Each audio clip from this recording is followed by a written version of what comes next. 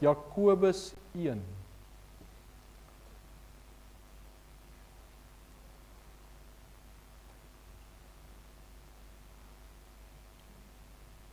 Jakobus 1. Jakobus is in die tweede gedeelte van die Nuwe Testament, hier tussen Hebreërs en 1 en 2 Petrus.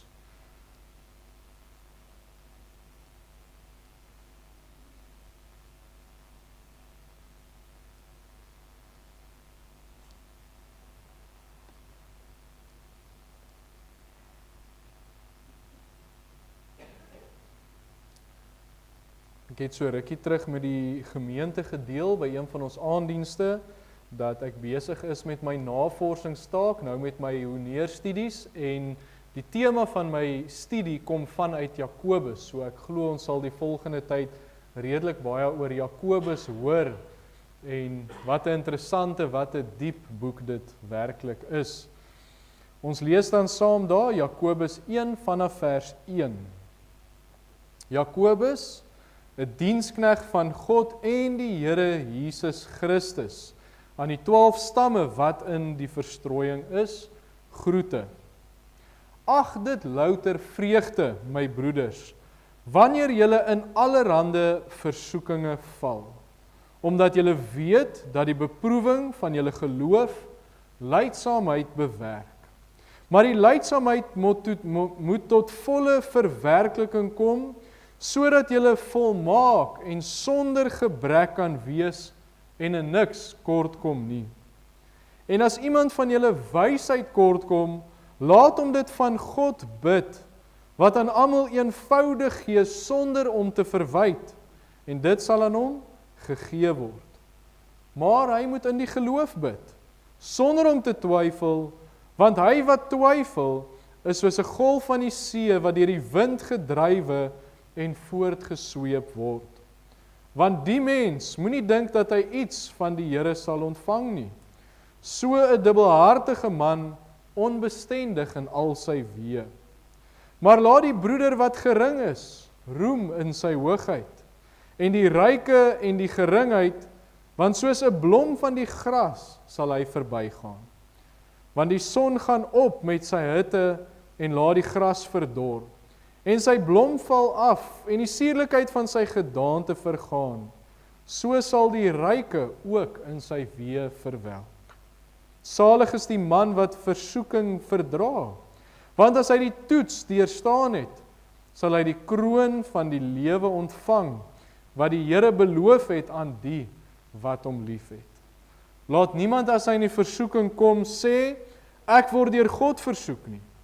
Want God kan deur die kwaad nie versoek word nie, en self versoek hy niemand nie. Maar elkeen word versoek, as hy deur sy eie begeerlikheid weggesleep en verlok word. Daarna, as die begeerlikheid ontvang het, baar dit sonde. En die sonde tot volle ontwikkeling gekom het, bring dit die dood voort. Moenie dwaal nie, my geliefde broeders. Elke goeie gif en elke volmaakte gawe daal van bo af neer van die Vader van die ligte, by wie daar geen verandering of skadewee van omkering is nie. Volgens sy wil het hy ons voortgebring deur die woord van die waarheid, sodat ons as eerstelinge van sy skepsele kan wees. So dan, my geliefde broeders, elke mens moet gou wees om te hoor, stadig om te praat, stadig om toornig te word. Want die toorn van 'n man bewerk nie die geregtigheid voor God nie. Daarom, doen afstand van alle veiligheid en oorvloed van boosheid, en ontvang met sagmoedigheid die ingeplante woord, wat in staat is om julle siele te red. En word daders van die woord, en nie net hoorders wat hulle self bedrieg nie. Want as iemand 'n hoorder van die woord is en nie 'n dader nie, die is soos 'n man wat sy natuurlike gesig in 'n spieël sien. Want hy sien homself en gaan weg en vergeet dadelik hoe hy gelyk het. Maar hy wat diep insien in die volmaakte wet van die vryheid en daarby bly, hy sal, omdat hy nie 'n vergeetagtige hoorder is nie, maar 'n dader van die werk, gelukkig wees in wat hy doen. As iemand onder julle meen dat hy godsdienstig is en sy tong nie in toom hou nie, maar sy hart mislei, die godsdiens van hierdie man is te vergeefs. Reine en onbesmette godsdiens voor God en die Vader is dit, om wese en weduwees in hulle verdrukking te besoek en jou vlekkeloos te bewaar van die wêreld. Ons lees net so ver vanoggend vanuit die woord van God. U kan net so bly sit, ons buig die hoofde en ons bid net saam as gemeente. Wonderlike Here, ons loof en prys U in hierdie oggend. Here, as ons maar net dink aan die vers wat ons gelees het, elke goeie gif, elke volmaakte gawe daal van bo af neer, dan besef ons, Here, ons het soveel om vir U dankie voor te sê. Here, die feit dat ons kon opstaan, dat ons gesond is, dat ons hier kan wees, die feit dat die son skyn, die natuur wat ons het, Here, ook so die mense wat ons hier by mekaar kan kom, en dat ons eie kerk gebou het, dat ons die woord van God het, dat ons na die woord kan luister. Dit alles, Here, voorregte vanuit U hand, waarvoor ons vir U kan dankie sê. Here, en dankie vir ons kerk. Dankie vir 'n geestelike familie waar ons by mekaar kan kom, Here. En hier kan deel wees. Hierso saam met die kinders van die Here, U kan dien. Ons het gehoor in die samevatting van die wet, Here, die belangrikste, om U lief te hê met ons hele hart, siel, verstand, maar saam met dit, om mekaar ook lief te hê. En Here, dink ons dat U vir die disippels gesê het, waaraan sal die mense julle ken? Aan die liefde wat julle vir mekaar het. En bid ons, Here, hier, dat ons geestelike familie, ons gemeente, daardie liefde sal hê, en daardie liefde sal uitleef. Dankie dat ons dit kan doen. Dankie dat U liefde in ons harte uitstort. Maar in hierdie liefde vir mekaar, Here, is daar mense vir wie ons wil bid, wat ons na U toe wil bring. Ons dink aan hulle wat siek is, Here, hulle wat swaar kry. Ons dink aan die name wat ons nou bygevoeg het vanoggend, Tannie Welien wat vir die operasie was, Here, dat U met haar sal wees, en dat U haar sal versterk, ook in hierdie proses wat sy gesond moet word. Tannie Martie, Here, wat sukkel met haar arm en haar rug, en waar sy ook môre dokter toe gaan, dat U met haar sal wees, en haar sal bystaan in hierdie tyd. Here, ook Tannie Sorien, en elke ander een in ons tyd, wat deur moeilike tye gaan, Here, dat U met hulle sal wees. Ons bring hulle na U toe, ons vertrou U, om hulle deur te dra. Here, ook die wat ons nie van weet nie, ons het elke Sondag 'n lys name, maar daar is ook die wat nie deel nie, wat stil bly, wat in stilligheid deur moeilike tye gaan, en ons bring hulle ook na U toe, en vertrou, Here, dat U vir hulle sal dra. En dankie vir die beloftes in die woord, Here, al gaan ons deur 'n dal van doodskade, ons sal geen onheil vrees nie, want U is by ons. Dankie vir U nabyheid. Dankie vir hierdie diens vanoggend, Here, dankie vir dit wat ons vanuit die woord kon lees, wetende dat die woord kragtig, skerper as enige tweesnydende swaard is, Here, en dat dit ons lewens kan verander. Ons bid so, Here, dat U vir ons die woord sal oopbreek vanoggend, en dat U ons deur dit sal bemoedig, bystaan, nader aan U sal bring, en dat ons sal groei in die kennis en genade van ons Here Jesus Christus. Dankie, Here, dat ons dit alles vanoggend kan bid, na U toe kan bring. Dankie dat ons gemeente kan opdra, Here, en ook so vir ander gemeentes kan bid. As ons dink aan Maams by die gemeente, Here, dat U met hulle sal wees, die uitdagings wat hulle beleef, Here, dat U vir hulle sal dra, die feit dat hulle sonder 'n predikant gaan sit tot die einde van die jaar, Here, dat U daar sal dra, bo menslik sal dra. En wanneer hulle beroep, Here, dat U daardie proses ook sal vergemaklik. Dankie, Here, dat ons vir dit alles kan bid. Ons bring dit na U toe. Ons bid dit nie omdat ons dit verdien nie, maar alleen uit U genade. In die wonderbare naam van Jesus Christus alleen. Amen. Ons gaan dan na ons skriflesing toe, en daarin ons teks van oordenking. En ons eintlik 'n klomp verse wat ons kon uitlig vanuit hierdie gedeelte vanoggend, maar ons begin by vers 2. Ag dit louter vreugde, my broeders, wanneer julle in allerhande versoekinge val. En praat ons vanoggend oor die gedagte, geanker in God. Geanker, vas in die Here, vas in ons sekerheid van die Here. Jakobus 1 is 'n hoofstuk vol rykdom, vol waarhede, en Jakobus 1 is eintlik die inleiding tot die hele boek Jakobus, wat 'n mens dan so kan deurgaan. En daar's soveel verskillende gedeeltes wat net in hierdie een hoofstuk aangeraak word. Tot so 'n mate dat Jakobus dikwels vergelyk word en gesien word as die Nuwe Testamentiese Spreuke. Hy het ook sulke kort, kragtige waarhede wat met 'n mens gedeel kan word. Nou soos ek sê, ek sou besig om hierdie boek te bestudeer, en daar's soveel interessante goed wat ek eintlik met u wil deel oor Jakobus, maar ek gaan net so vinnig 'n paar van dit uitlig wat interessant is en wat vanoggend ook in ons boodskap gaan uitkom. Jakobus was die broer van die Here Jesus gewees. Ons lees dit in die Nuwe Testament, en snaaks genoeg, hy was nie een van die disippels gewees nie. Hy het nie eers in die Here Jesus geglo tot na die opstanding van die Here Jesus nie. Die Here Jesus verskyn aan hom na sy dood, en Jakobus se lewe word heeltemal omgedraai. Hy glo in die Here Jesus Christus, hy word een van sy navolgers, en hy word uiteindelik 'n disipel of 'n predikant. Hy word ook vergelyk met 'n pilaar in die gemeente, en hy word later die leier van die grootste kerk in daardie tyd, en dit is die gemeente in Jerusalem.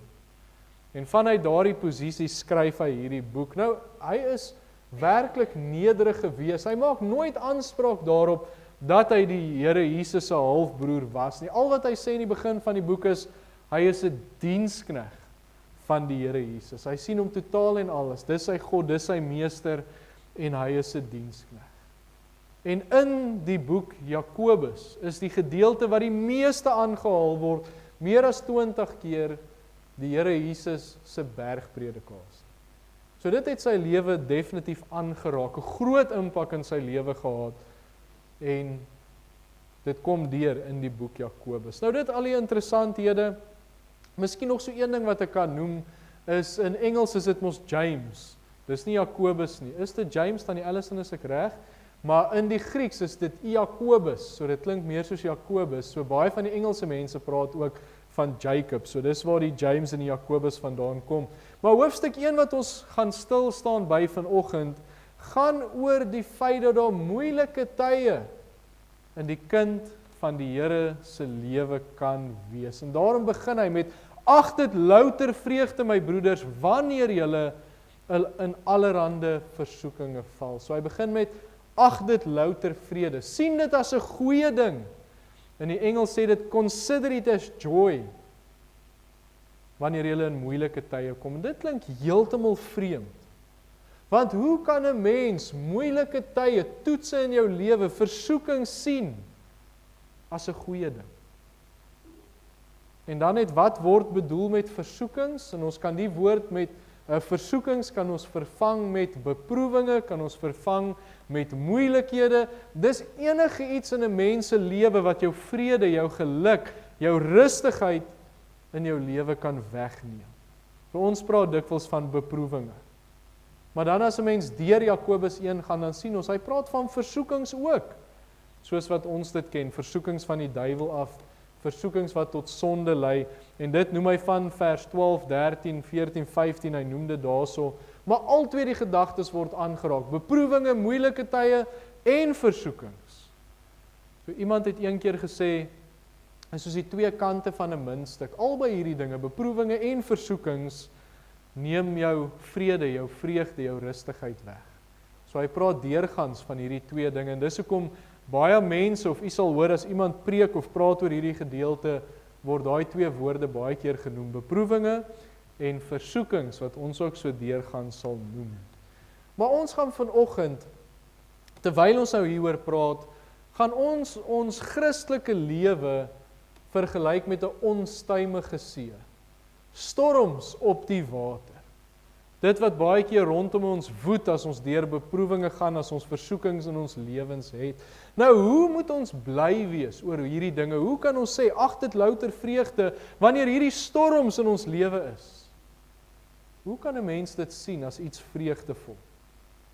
Wanneer ek beproef word, wanneer ek deur toetse gaan, wanneer ek versoek word deur die Satan, hoe kan ek dit in vreugde aansien? Hierdie storms, die onstuimige see wat ons deurgaan. En die oplossing is eintlik maklik. Hoe kan ons dit vreugdevol sien? Op een manier, en dit is as ons geanker is in God. En dis waar ons tema vandaan kom, geanker in God. Jakobus sê ons moet bly wees oor hierdie versoekings, want dit versterk ons geloof. Wanneer ons geanker is in God, dan word ons volmaak, het ons in vers 4 gelees.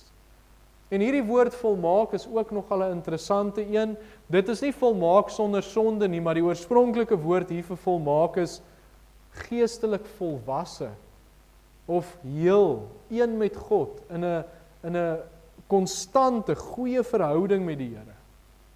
So Jakobus sê dan eintlik vir ons, beproewinge en versoekings, hierdie moeilike goed in ons lewens, kan maak dat ek geestelik groei.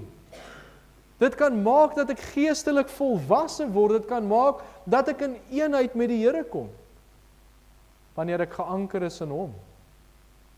En dis iets wat Jakobus baie van geweet het, want as 'n mens die geskiedenis vat, juis hy was die predikant gewees van die kerk in Jerusalem, en hulle het baie moeilike tye deurgegaan. Hulle het armoede gehad, hulle het hongersnood gehad, hulle het vervolging gehad, die Jode wat in verstrooiing is, hulle het deur baie moeilike tye gegaan. So as hy sê, ag dit louter vreugde, wanneer jy in allerhande versoekinge val, want hy geweet wat dit is om in moeilike tye te wees. Hy het geweet wat dit is om honger te wees, en arm te wees, en vervolg te word. Hy self het gesterf vir sy geloof. Maar hy sê, ag dit louter vreugde my broeders, wanneer julle in allerhande versoekinge val, maar geanker in God. En dis vir ons 'n Bybelse beginsel, om in God geanker te wees. Wanneer daar beproewinge of versoekings kom, moet 'n mens nie fokus op dit wat rondom jou gebeur nie. Jou fokus moet juis op die Here wees, geanker in hom.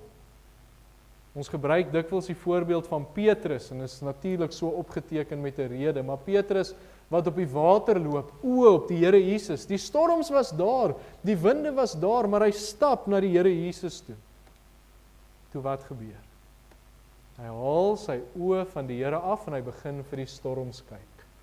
Die Bybel sê dit spesifiek so, hy kyk, hy sien die storms en hy begin sink.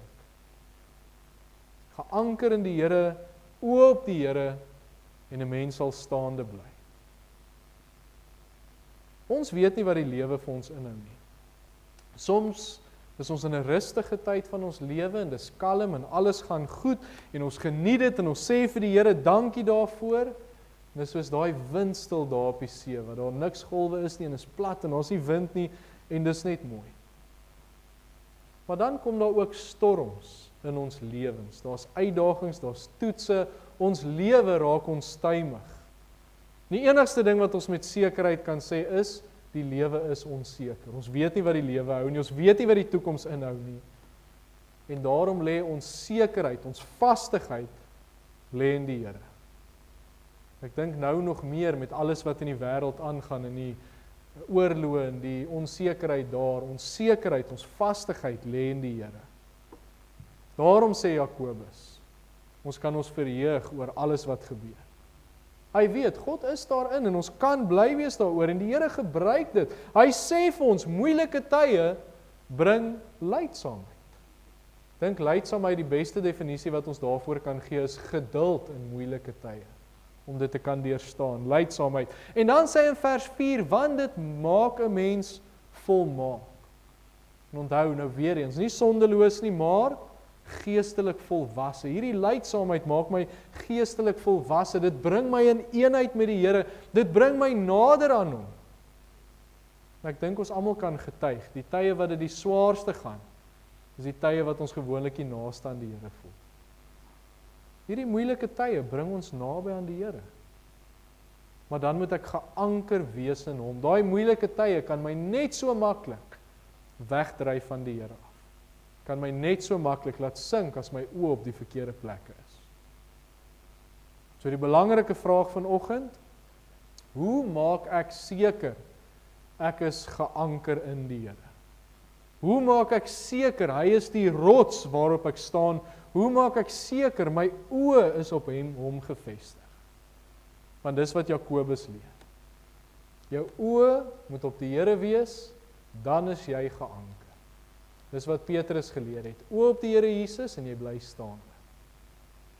So ons gaan dan vanoggend kyk, met dit wat Jakobus vir ons leer, hoe kan ons geanker wees met ons oë op die Here?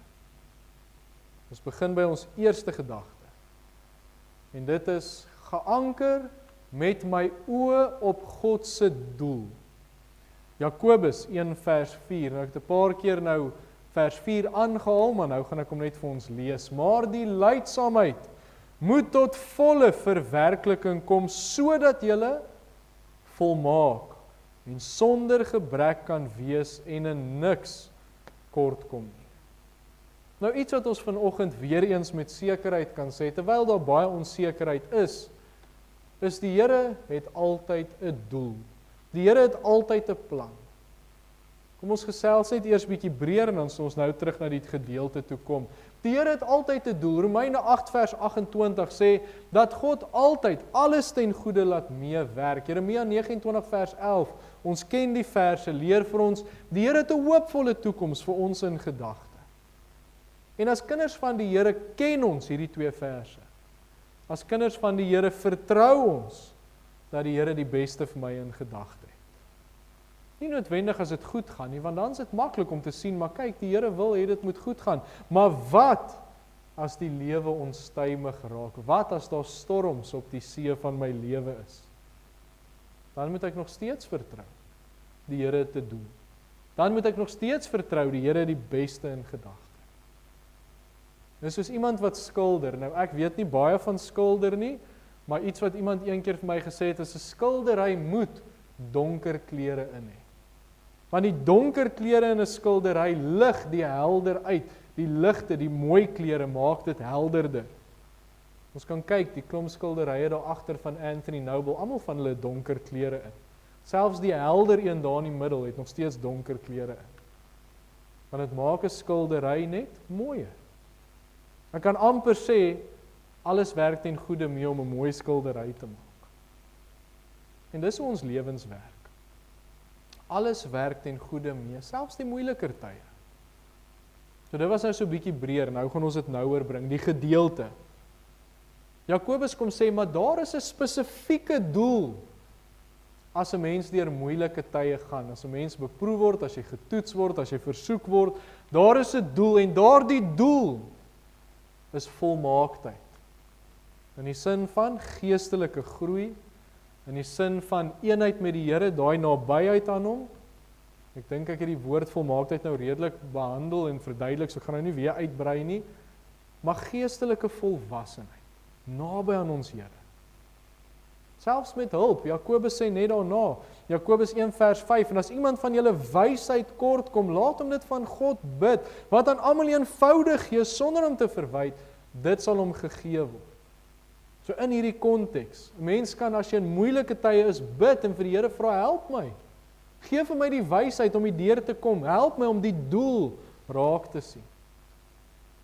Geanker in die Here met my oë op sy doel.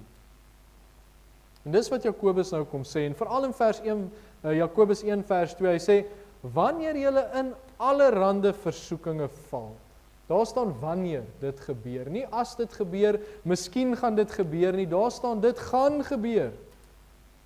Soos 'n skildery altyd donker kleur of donker verf gebruik, daar gaan beproewinge, versoekings, toetse in ons lewens wees. Die see van ons lewens gaan onstuimig raak. Maar in daardie tye moet my oë wees op die doel. God laat alles gebeur met 'n doel. Romeine 8 vers 28, Jeremia 29 vers 11, ander gedeeltes, God werk altyd met 'n doel. Ek dink een van die mooiste praktiese voorbeelde daarvan is die verhaal van Josef. Josef word verkoop as 'n slaaf, en nou begin mense die verhaal lees, en jy kry vir Josef, jammer, hierdie gunsteling seun van sy pa, die mooi kleed, nou word hy verkoop. Wat gaan nou van Josef word? Dis mos nou sleg.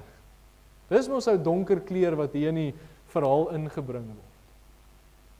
Maar dan uiteindelik, en ek wil nou nie die Here verhaal uitbrei, eers van Potifar in die tronk en alles nie, maar uiteindelik is hy tweede in bevel van die hele Egipte. En die Here gebruik vir Josef om sy volk van hongersnood te red. En uiteindelik, as mense 'n bietjie verder gaan om sy volk te vestig, sy volk uit te brei, waar hulle die eerste keer as Israel bekend staan. Maar die Here gebruik dit. So wanneer daar moeilike tye in ons lewens kom, moet ons nie fokus op hier en nou in die put waar ek is en ek is as 'n slaaf verkoop nie, maar waartoe gaan dit? Wat is die doel wat die Here vir my het? Want dan maak dit hierdie tyd lank wat ek deur 'n moeilike tyd gaan, dan maak dit makliker. Dit maak dit dat ek dit kan dra, want ek weet daar is 'n doel.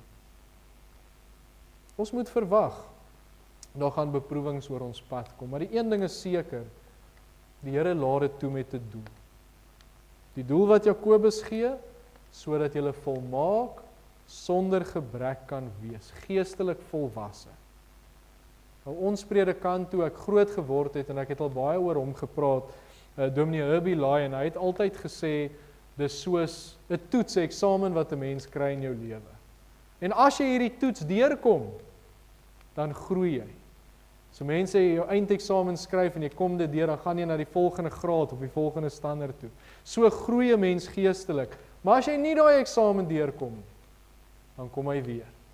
Dan kom hy weer, tot 'n mens uiteindelik dit deurkom om geestelik te groei. So dit toets wat 'n mens laat groei. Ons oë is op die feit dat die Here altyd 'n doel het.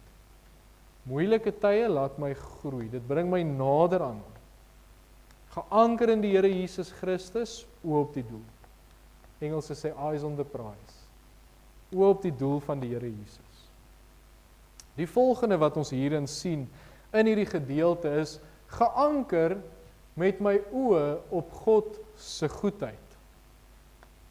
Ons lees dit eintlik in 2 verse, maar ek begin by die eerste in Johannes 1 vers 13. Laat niemand as hy in die versoeking kom sê ek word deur God versoek nie, want God kan deur die kwaad nie versoek word nie en self versoek hy niemand nie. Nou hierdie is een van die 2 verse wat Jakobus gebruik om God se goedheid net uit te lig, om net die fokus daarop te plaas. Jakobus praat oor beproewinge, versoekinge hiervan vers 1 tot vers 12 en dan sê hy in vers 12 die man wat versoeking deurstaan en dan in vers 13 is dit asof hy net stop. Hy verduidelik nou al hierdie goed en dan stop hy net, dan sê hy wil net iets duidelik maak. God versoek nie. Hy word nie versoek nie. Hoekom nie? Want God is totaal en al goed in sy karakter. Dit kan nie verander nie, dis wie hy is, dis wat hy is, God is goed. En hy plaas die fokus in vers 13 op God se goedheid, en dan gaan hy aan, en hy sê dat die Here ook die uitkoms sal gee, en as ons dink aan ander gedeeltes in die woord, 1 Korintiërs 10 vers 13, geen versoeking het julle aangegryp, behalwe menslike nie, maar God is getrou, wat nie sal toelaat dat julle bo julle kragte versoek word nie, maar hy sal saam met die versoeking die uitkoms gee, dat julle dit kan verdra. Dit was ons leervers, so 2 weke terug, 1 Korintiërs 10 vers 13. Maar dit sê die Here gee ook die uitkoms. Hy is goed. Jakobus en Paulus sê albei God versoek nie, maar hulle albei leer, hy is die een wat die uitkoms gee. Die fokus is op sy goedheid. Die tweede vers, wat Jakobus in die gedeelte gebruik om ons net weer te laat fokus op God se goedheid, is vers 17, en dis 'n baie bekende vers, ons ken dit, elke goeie gif, elke volmaakte gawe daal van bo af neer, van die Vader van die ligte, by wie daar geen verandering of skaduwee van omkering is nie. So dit sê, alles wat goed is, kom van die Here af, en die Here kan nie verander nie. Hy is goed. Elke goeie gif, of dan die meer moderne woord wat gebruik word, geskenk, en dan die tweede een is elke gawe, kom van die Here af. Alles wat goed is, die fokus op God se goedheid. Wanneer die lewe onstuimig raak, wanneer daar storms op die see van ons lewens is, deur beproewinge, versoekinge, toetse, al hierdie goed, en ons wil geanker wees in die Here, dan moet ons fokus op sy goedheid. Baie keer as dinge in ons lewe gebeur, dan is ons geneig, seker maar menslike natuur, geneig om op die negatiewe te fokus. Kyk wat gebeur nou met my, kyk hierdie ding, kyk daardie ding. Terwyl God se goedheid altyd teenwoordig is.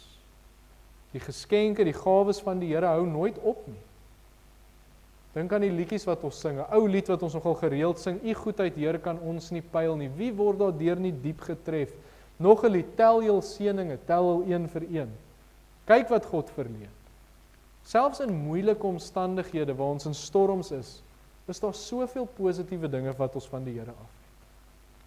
Die Here het dit jare terug vir my geleer toe ons uitreike gehou het na 'n witplakkerskamp toe. Dan kla mens baie keer oor die klein goedjies in jou lewe, dan kom jy by mense aan wat niks het nie, niks. Dan besef mens, ons kan almal ons seëninge tel, dit maak nie saak waar jy is nie, daar's seëninge van die Here af. Al gaan dit moeilik, God se goedheid is steeds in ons lewens. En dit gaan nie verdwyn nie. Ons moet fokus op sy goedheid. En Jakobus 1 vers 17 leer vir ons, kyk net die goeie dinge wat jy in jou lewe het, en jy kan die dinge opnoem. Die mense wat ek in my lewe het, man, vrou, kinders, kleinkinders, vriende, mense wat hier is, gemeente, die besittings wat ek het, die kos, die klere, alles wat ek het, my gesondheid wat ek nog kan geniet, of ek nou geen pyne het nie, val so 3 of 4 pyne en skete by, as ek daarom nog gesondheid, die gemeente wat ons het, kinders van die Here, geestelike familie, al daardie dinge, ons kan op 'n lys afgaan, en ek het nou net van dit genoem, alles is van die Here af. Onverdiend seën die Here ons. Ek weet die moderne teologie sê, maar die Here moet, en die Here moet dat, en die Here moet dit, maar dit is onverdiend wat die Here ons seën. Ons moet geanker wees, ons oë op sy goedheid. Die Here sal ons nooit begewe, ons nooit verlaat nie, en sy goedheid sal altyd sigbaar wees in ons lewens, sal gaan ek deur moeilike tye. Dan ons laaste gedagte. En dit is geanker met my oë op God se woord. Jakobus 1 vers 22, en word daders van die woord, en nie net hoorders, wat julle self bedrieg. Nou eintlik ons laaste gedagte kan 'n hele preek wees, en ek dink ek het laas jaar iewers 'n hele preek uitgewerk, net oor daders van die woord, maar ons gaan dit nou net kortliks aanraak, net in die konteks van moeilike tye. In die laaste paar verse van die hoofstuk kom plaas Jakobus die fokus op die woord van God. En nog iets interessant van Jakobus is, hy verwys deur hierdie paar hoofstukke baie na die natuur. Meer as 30 keer verwys Jakobus na die natuur en dit wat rondom hom is. En hier ook, hy vergelyk die woord met landbou. Die grond wat eers skoon gemaak moet word van alle veiligheid, en dan die saad wat geplant kan word. Hy sê in vers 21, doen afstand van alle veiligheid en oorvloed van boosheid, en ontvang met sagmoedigheid die ingeplante woord, hy gebruik daai voorbeeld, wat in staat is om julle siele te red. So net interessant hoe hy die natuur gebruik. Maar hy plaas die fokus op God se woord. Nou dis maklik om te sê, fokus op die woord. Dis maklik om te sê, gaan kyk na die mooi bemoedigende gedeeltes in die woord. As jy deur moeilike tye gaan lees psalms, dis altyd bemoedigend. En dit werk in moeilike omstandighede, en dis goed. Maar wat raak Jakobus spesifiek aan? Hy sê om geanker te wees in die Here, met jou fokus op sy woord, moet 'n mens dit uitleef. Jy moet 'n dader van die woord wees. Dit help nie, jy lees uit hierdie bemoedigende goed, maar dit verander nie jou lewe nie. Dader van die woord. En dan vergelyk hy die woord met 'n spieël. Sê iemand wat die woord lees, maar nie toepas in hulle lewens nie, soos iemand wat sy gesig in die spieël sien, maar hy gaan weg en hy vergeet hoe hy gelyk het. Maar iemand wat die woord lees, wat dit verstaan, wat dit inneem, wat dit toepas, hy sal gelukkig wees. Selfs in moeilike omstandighede, selfs as daar storms op die see van my lewe, ek kan gelukkig wees. Hy sê dit in Jakobus 1 vers 25, hy sê, maar hy wat diep insien in die volmaakte wet van die vryheid en daarby bly, so die lees, die verstaan van die woord, Dan sê hy sal, omdat hy nie 'n vergeetagtige hoorder is nie, maar 'n dader, so hy lees, verstaan, pas dit toe. Gelukkig wees in wat hy doen. So mense geluk is daarin om die woord toe te pas. Dader van die woord. En dan noem hy voorbeelde. Hy eindig met selfbeheersing, beheersing van die tong. Hy eindig met liefde deur die help van die wees en die weduwees. En hy eindig met reinheid deur nie te wees soos die wêreld nie, maar nie sonde te pleeg nie. Maar duidelik in die gedeelte, bly by die woord. In moeilike tye, bly by die woord, doen wat die woord sê. Dit is eintlik vir ons duidelik. As ons maar net dink aan die hele woord van God. As ons dink aan versoekings en beproewinge, vers 14 en 15 praat hy oor iemand wat in versoeking val en dit lei tot sonde. Wat leer die woord vir ons? Psalm 119 vers 9. Waarmee sal die jongeling sy pad suiwer hou? En ons kan eintlik enige kind van die Here daar invoeg. Waarmee sal hy sy pad suiwer hou? Deur dit te hou na u woord. Dis hoe mens staande bly in moeilike tye, deur op die woord te fokus. Psalm 1 vers 1 en 2. Welgeluksalig is die man wat nie wandel in die raad van die goddelose, nie staan op die weg van die sondaars, nie sit in die kring van die spotters nie, maar sy behaag is in die wet van die Here. Hy oordink sy wet dag en nag. So hier is so duidelik, wanneer 'n mens se fokus op die Here is, welgeluksalig, dan ervaar mens vreugde, vrede, met die fokus op die woord. Dis wat Jakobus vir ons leer. In tye van beproewinge, versoekinge, toetse, moeilike tye, fokus op die woord van God. Wees 'n dader van die woord. Moenie die woord weggooi omdat dit nou moeilik gaan nie. Baie mense doen dit. As dit goed gaan, dan pas hulle die woord toe en luister na die woord, maar as dit sleg gaan, dan vergeet hulle dit alles en hulle probeer net op hulle eie aangaan. Bly by die woord. Wees 'n dader van die woord en jy sal geluk ervaar selfs in moeilike omstandighede. Die woord is vir ons 'n anker. Ons dink aan die einde van die bergpredikasie waar die Here Jesus sê, hy wat hierdie woorde hoor en dit doen, sal wees soos 'n man wat sy huis op die rots gebou is. Hierdie woorde hoor en dit doen. Geanker in die woord, geanker in die Here, deur die woord, veral in toetse. En daarmee sluit ek af. Jakobus kom gee baie duidelik vir ons 'n skets van wat aangaan, 'n situasie. En nou sê hy vir ons kinders van die Here, gaan deur storms, hulle gaan deur beproewinge, versoekinge, moeilike tye, maar hy sê ag dit louter vreugde, sien dit as 'n goeie ding. Hoe doen mens dit? Deur geanker te wees met my oë op God.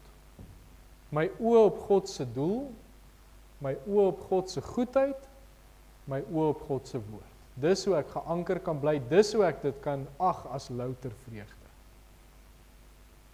Ons lewens kan, net soos die see, baie keer kalm wees, en rustig wees, en mooi wees.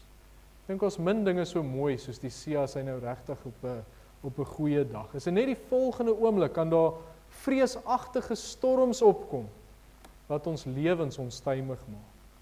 Versoekings, beproewinge, toetse, goed wat vrede en vreugde steel, maar ons hoef nie rondgeslinger te word nie, ons hoef nie te sink nie.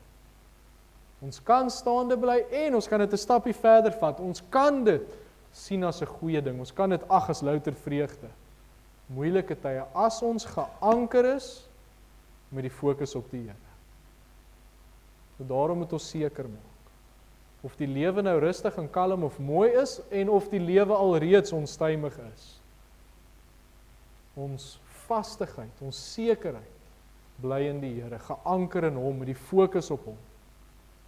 Dan sal ons geestelik groei, dan sal ons nader aan die Here beweeg, ons sal sy nabyheid ervaar, ons sal sy goedheid raak sien, ons sal geluk ervaar deur die woord. Ek som dit nou maar net op met die woorde, geanker in God. Amen. Kom ons buig die hoofde en dan bid ons net saam. Wonderlike Here, ons kom sê vir U dankie, dat in 'n onsekere wêreld, met dinge wat gebeur en oorloë wat woed en onsekerheid en wat gaan gebeur en wat as dit gebeur en Here, soveel onsekerheid, maar ons kan ons anker in U. Ons kan ons sekerheid in U vind. U is ons rots, U is die een wat ons staande hou. U is by ons en selfs al gaan ons deur moeilike tye, Here. Ons dink aan daai woorde, U sal ons nooit begewe, ons nooit verlaat nie. Ons kan dit self as vreugde sien. Dankie, Here, dat ons kan fokus op die feit dat U 'n doel het, dat U ons geestelik laat groei, dat U ons nader aan U bring, selfs in moeilike tye. Dankie, Here, dat U goedheid nooit ophou nie. Dat ons altyd ons seëninge kan tel, en dankie vir U woord, Here, wat vas is, onwankelbaar, nooit sal verander nie. Ons kan altyd net na U woord toe gaan. Help ons ook om daders van die woord te wees, en dankie, Here, dat ons in U geanker kan wees. En soos daai lied wat ons altyd sing, hou die oë op Jesus. Help ons om ons oë op U te hou. Ons bid dit in Jesus se wonderlike naam. Amen. Uitnooi om saam met ons iets te geniet. Ek was nou 33 jaar oud gewees, wat baie jonk is, maar ek is op 23 jarige ouderdom is ek al in die bediening, en as ek nou terugdink, kan ek nie glo hulle het my toegelaat op so jong ouderdom nie, maar ek is baie dankbaar daarvoor. So kom geniet ietsie saam met ons. Ontvang nou die seën van die Here. Mag nou die genade van die Here Jesus Christus, ons verlosser, mag die liefde van God die Vader en mag die gemeenskap van die Heilige Gees met u wees en bly. Amen.